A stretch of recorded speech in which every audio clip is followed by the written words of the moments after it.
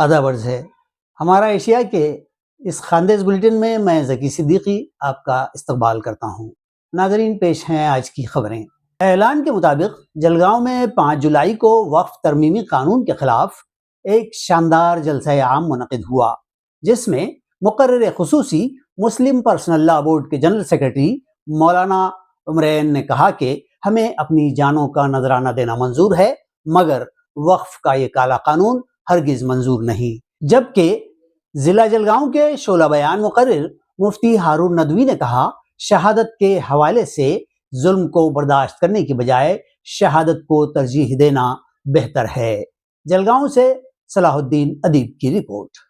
جلگاؤں کے عیدگاہ میدان میں منعقد اس جلسہ عام میں موسلا دھار بارش، تیز آندھی اور گرجتی بجلیوں کے باوجود ہزاروں لوگوں کی بھیڑ نے وقف کے کالے قانون کے خلاف شاندار اتحاد کا مظاہرہ کیا۔ اس موقع پر All India Muslim Personal Law Board کے جنرل سیکرٹری مولانا عمرین رحمانی نے اپنے پرجوش خطاب میں کہا کہ وقف کا کالا قانون نہ صرف ہمارے آئین کے خلاف ہے بلکہ اسلام کی روح کے بھی منافی ہے۔ مودی حکومت کی میلی نظریں مسلمانوں کی لاکھوں ایکڑ وقف جائیداد پر جمی ہوئی ہیں، جن کی مالیت اربوں کھربوں روپیے ہے۔ یہ قانون محض ہندو مسلم کو آپس میں لڑانے اور وقف کی زمینوں کو لوٹنے کی سازش ہے، جسے ہم کسی صورت قبول نہیں کریں گے۔ مفتی ہارون ندوی کی ولولہ انگیز تقریر نے مجمع میں نیا جوش بھر دیا۔ انہوں نے کہا کہ ظلم چاہے جتنا بھی بڑا ہو، اس کا انجام تباہی ہے۔ ہم ہندو مسلم اتحاد کے ساتھ اس ظالمانہ قانون کے خلاف لڑیں گے اور انشاءاللہ فتح ہماری ہوگی۔ اس موقع پر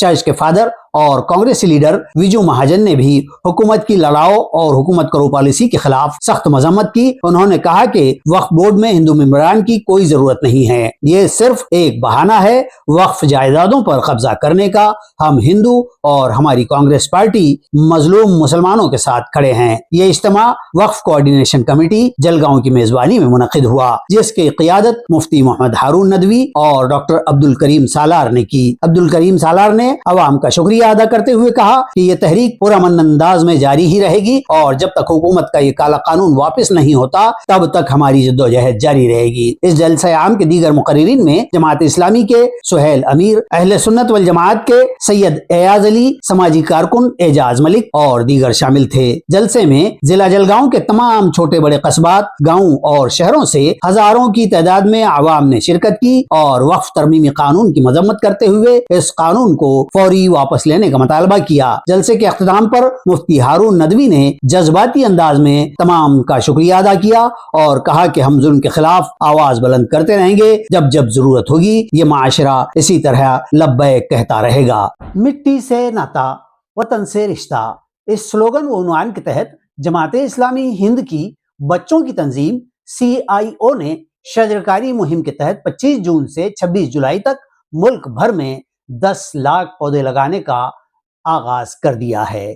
جماعت اسلامی ہند کی ذیلی تنظیم چلڈرن اسلامک آرگنائزیشن CIO نے مٹی سے ناتا وطن سے رشتہ کے عنوان سے ایک ہمگیر ماحولیاتی مہم کا آغاز کیا ہے، جس کے تحت 25 جون سے 26 جولائی 2025 کے درمیان ملک بھر میں 10 لاکھ پودے لگا کر بچوں کو ان کی نگہداشت کے لیے ابھارا جا رہا ہے۔ CIO ایک قومی تنظیم ہے جو اسلامی اقدار پر مبنی بچوں کی ہمہ جہت ترقی کے لیے سرگرم ہے۔ تنظیم کا ماننا ہے کہ قدرت کی کاریگری اور فطرت پسندی نیز ماحولیات کے تحفظ اور ذمہ داری کا خیال بچپن ہی سے بچوں کے ذہن نشین کیا جانا چاہیے اور شجرکاری کو ایک قومی خدمت کا بامقصد اور باوقار عمل بنانا ہے۔ اس مہم کے تحت بچے اسکولوں، مدرسوں، مساجد، محلوں کے پارکوں اور حتیٰ کہ اپنے گھروں کے سامنے بھی پودے لگائیں گے۔ ہر بچے کو اپنا ایک پودا دوست کی طرح اپنانے، اس کی نگہداشت کرنے اور اپنی دوستی کو کہانی، نظم، تصویر یا تخلیقی انداز میں ظاہر کرنے کی ترغیب دلوائی جا رہی ہے۔ اس مہم کی افتتاح کے موقع پر شہر بھساول میں ایک پریس کانفرنس منعقد کی گئی، جس میں جماعت اسلامی کے دفتر پر جماعت کے ذمہ داران اور ماحول دوست افراد نے میڈیا کو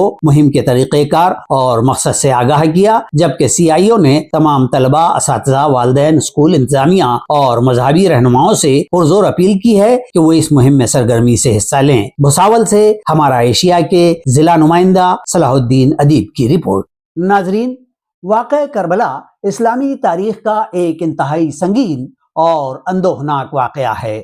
بھساول میں شیعہ برادری کی جانب سے گزشتہ روز یوم عاشورہ کے موقع پر روایتی طور پر جلوس ماتم نکالا گیا۔ پیش ہے ہمارے جلگاؤں کے ضلع نمائندے صلاح الدین ادیب کی رپورٹ۔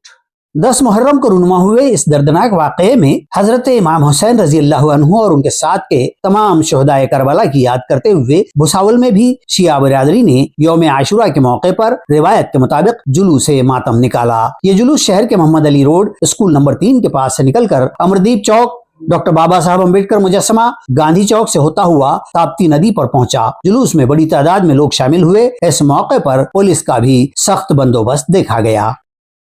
تعلقہ یاول کے گاؤں آمودہ کے قریب مور ندی میں ایک نجی بس بے قابو ہو کر سیدھے ندی میں جا گری۔